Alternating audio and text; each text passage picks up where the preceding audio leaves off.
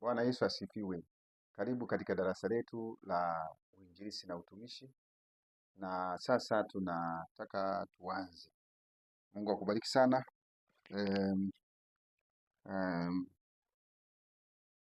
Kabla ya kuendelea,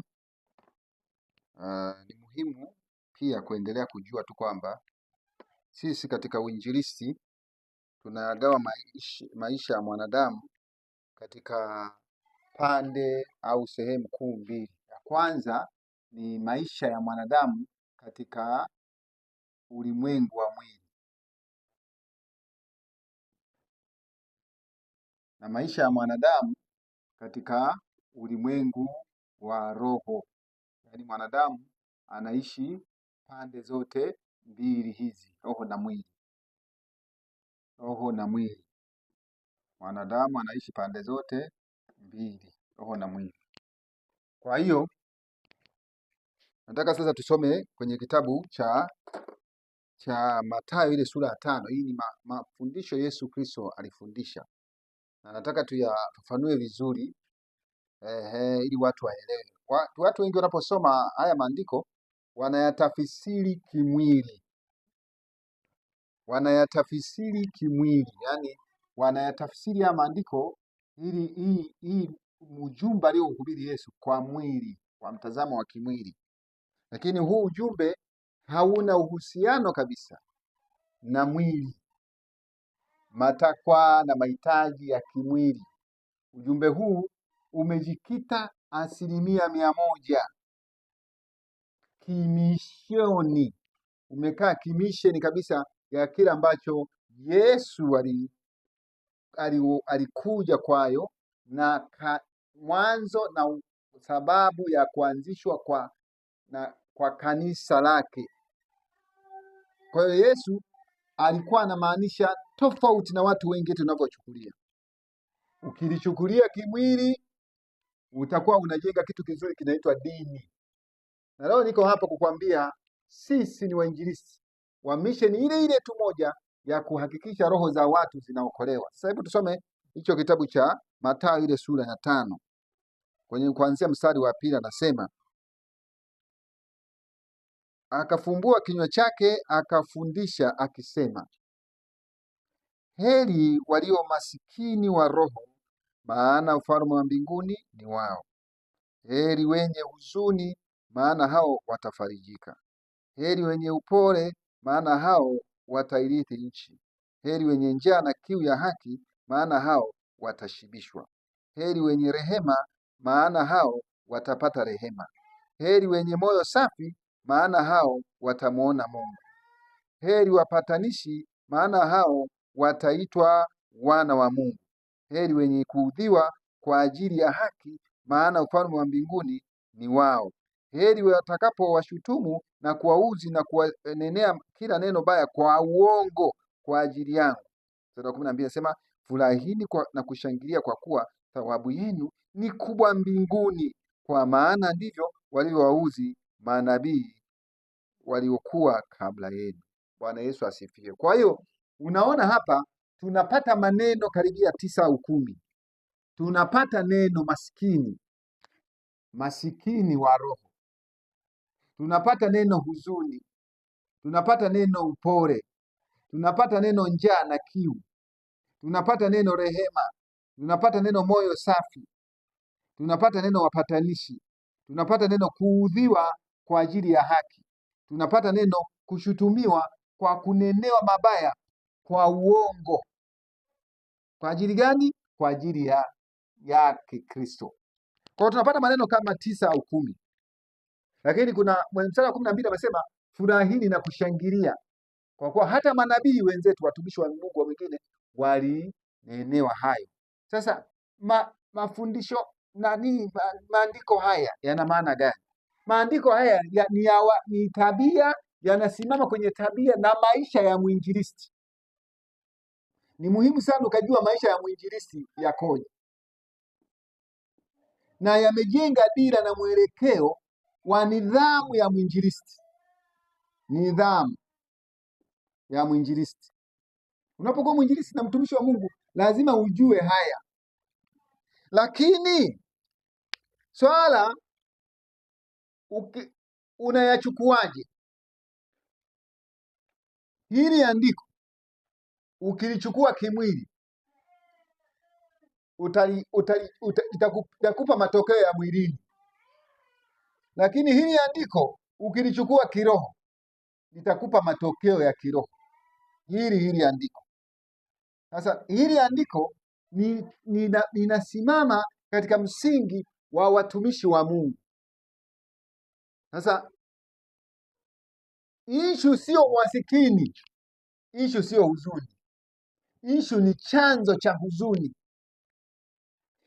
Kwa mfano, kwetu sisi watumishi wa Mungu, watu wengi wanaposoma haya maandiko wanayapeleka na wanayatumia kwa ajili ya kufarijiana, kutiana moyo, lakini hayana uhusiano na kutiana moyo haya, kwa sababu neno anatumia neno heri, maana yake ni amebarikiwa huyo mtu, ni baraka.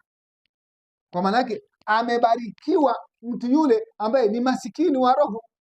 Sasa maana yake nini? Kwa mfano, swala hapa sio tu masikini wa roho, inavutia huzuni, wenye huzuni maana watafarijiwa, ni kitu kizuri, wenye upole, wenye njaa na kiu. Sasa ni muhimu kujua kwamba katika misheni yetu kanisa na mwinjilisti imejikita wapi. Sisi wainjilisti misheni yetu iko katika roho, utumishi wetu ni wa rohoni.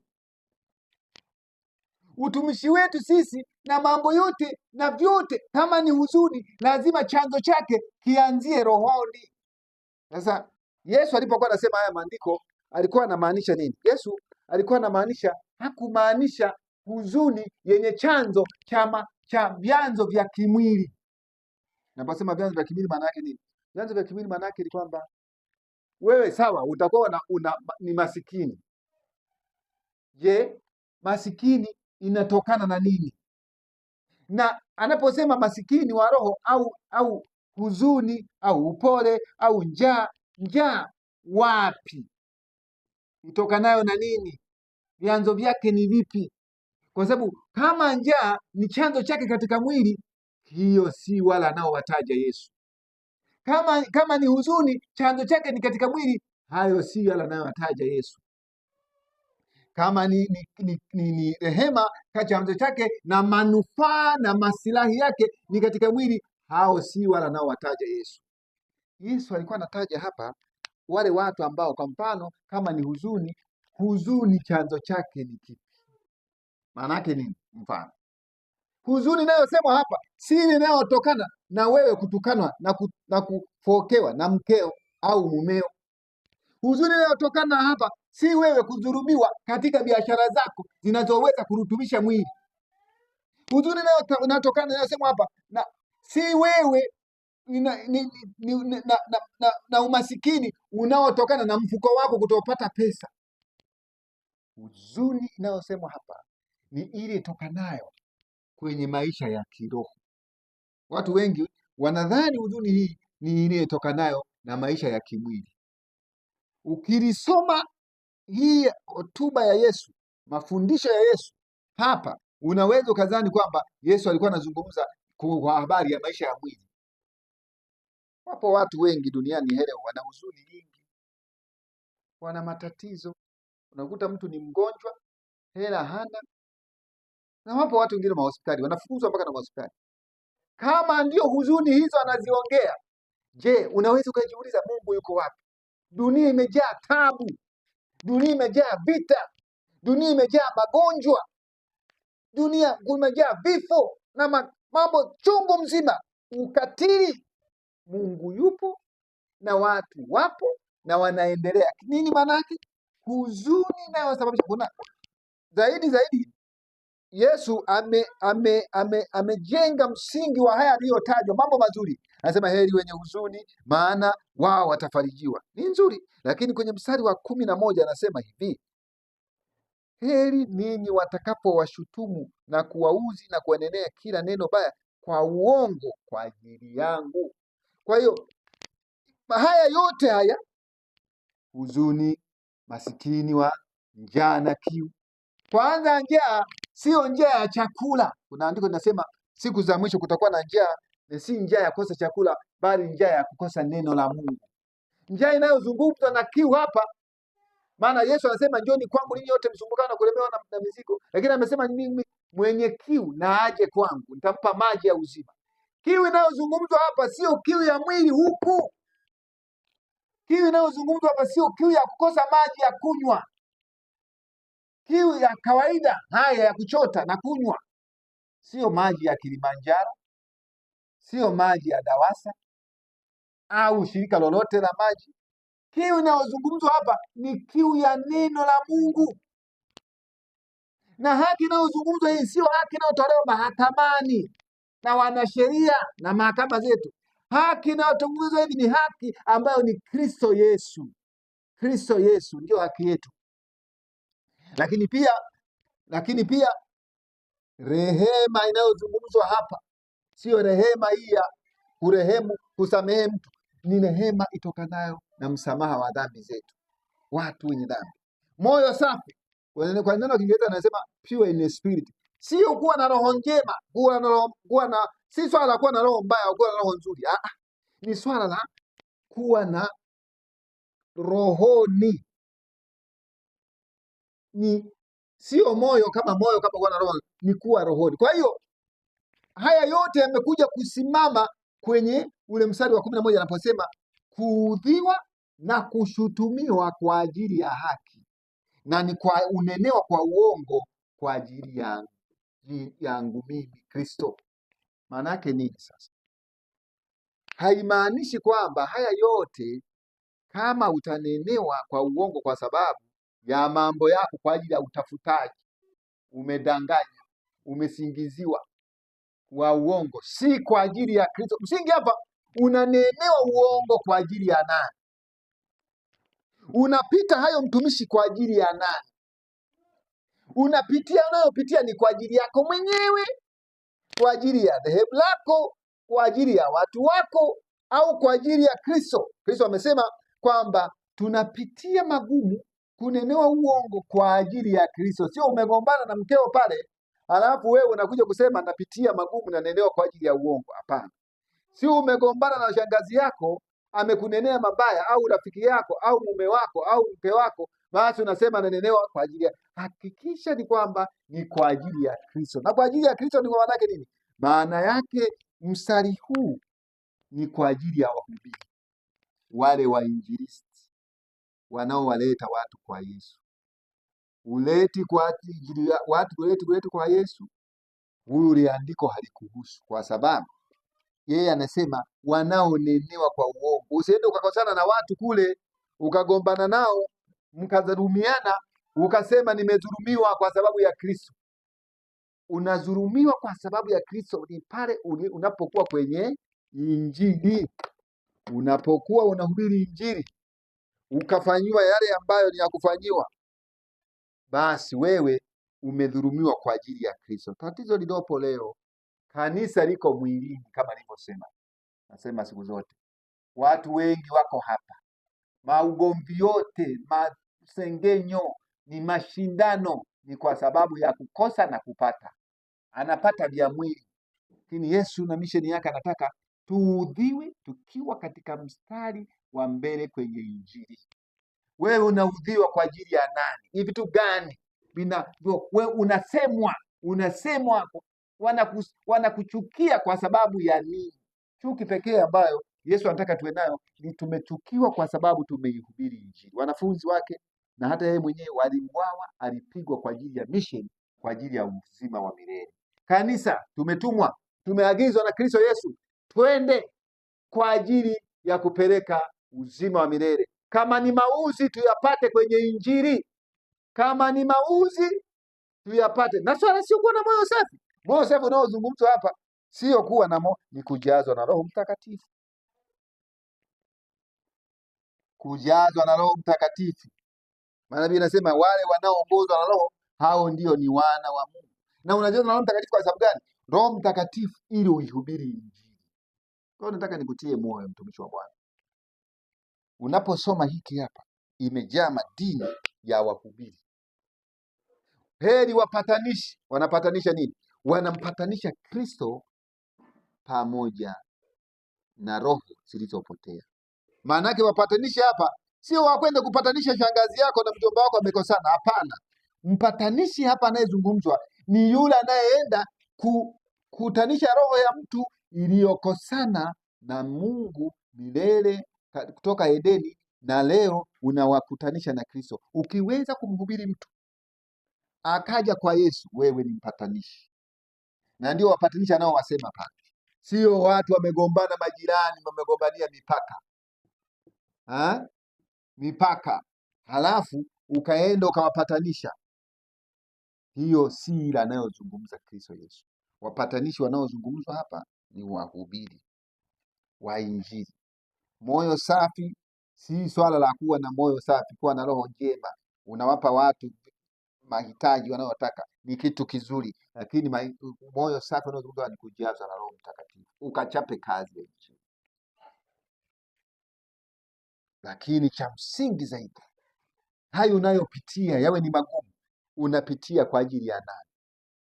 Kama ni kwa ajili ya biashara yako, hiyo wala haihusiani na hicho alichokisema Yesu. Mapito yote unayopitia mtu wa Mungu, iwe ni kwa sababu ya Injili. Kanisa tumetumwa na Mungu kuja kupitia haya. Kanisa leo pia limeacha, linapitia, hata unakuta maugomvi, masengenyo, mashindano. Ni kwa sababu mwingine kapata mali, kati ya mali na vitu na umiliki wa vitu. Tunagombana kwa mambo mengi, lakini Kristo anataka tupatanishe watu kati ya roho ya mwanadamu na Mungu. Yesu anataka tupitie mapito, tupite magumu, hata tupite mema. Ni kwa sababu ya Kristo mwenyewe, kwa ajili ya kazi yake. Nataka nikutie moyo, mtumishi wa Mungu. Hii mistari yote inahusu uinjilisti. Hii kitabu cha Mathayo sura ya 5 ilikuwa ni Yesu anakizungumza, na lengo lake ni ya kiroho, inarutubisha ulimwengu wa roho, inarutubisha maisha ya rohoni zaidi. Na hii ndio wajibu na kazi ya kanisa. Hatukuitwa sisi kama kanisa tuwe watu wema, hatukuitwa sisi kama watu waliokolewa tuwe watu wazuri, watu wenye mioyo safi, wana tabia njema. Ni kitu kizuri, lakini zaidi, huwezi ukawa na tabia njema kama hujajazwa Roho Mtakatifu. Huwezi kuwapatanisha watu kama hujajazwa Roho Mtakatifu, na hakuna maana thawabu yoyote. Huwezi ukawa mpole kama hujajazwa Roho Mtakatifu. Kwa hiyo yote haya, masikini si wale masikini wa kimwili wa kukosa ndala. Masikini unazungumzwa ni wa kiroho, mtu anaye kiu, kama kitabu cha Zaburi nasema, kama ayala atafutavo maji ya mto, lakini nafsi yangu inakuonea kiu ya haki. Si haki ya kutendea wenzio, hizo zipo, lakini kiu ya haki. Kristo ni haki yetu. Njaa ya neno. Unatumiaje muda wako kulisoma neno la Mungu? Unatumiaje muda wako kuliishi? Si tu kulisoma, unaliishije neno la Mungu?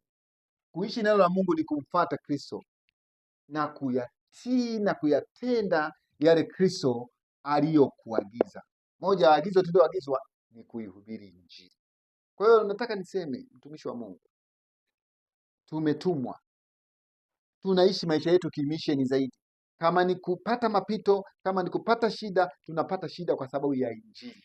Tuko kwenye kazi ya Mungu, tuko kwenye utumishi. Maisha yetu sehemu kubwa tumejengwa kama kanisa, tumejengwa katika wokovu. Wokovu maana yake ni kukua wired, tumetengenezwa kwa ajili ya mission ya kuwaleta watu kwenye ufalme wa Mungu. Katika jina la Yesu, Mungu akubariki sana. Asante sana. Napenda kukaribisha ndugu mtumishi wa Mungu kufuatilia mafundisho yetu kwenye mitandao ya kijamii ambayo ni endelevu. Tutakuwa tunaendelea kwa ajili ya uinjilisti na utumishi kwenye Facebook, Instagram, TikTok pamoja na YouTube. Jina ni Saku David. Unaweza kunifuatilia na unaruhusiwa pia kutufuatilia na kutoa maoni yako na pia kusapoti kazi ya Mungu. Unaweza kushiriki katika kuchangia kazi ya Mungu. Mungu akubariki sana. Asanteni sana. Barikiwe. Amen.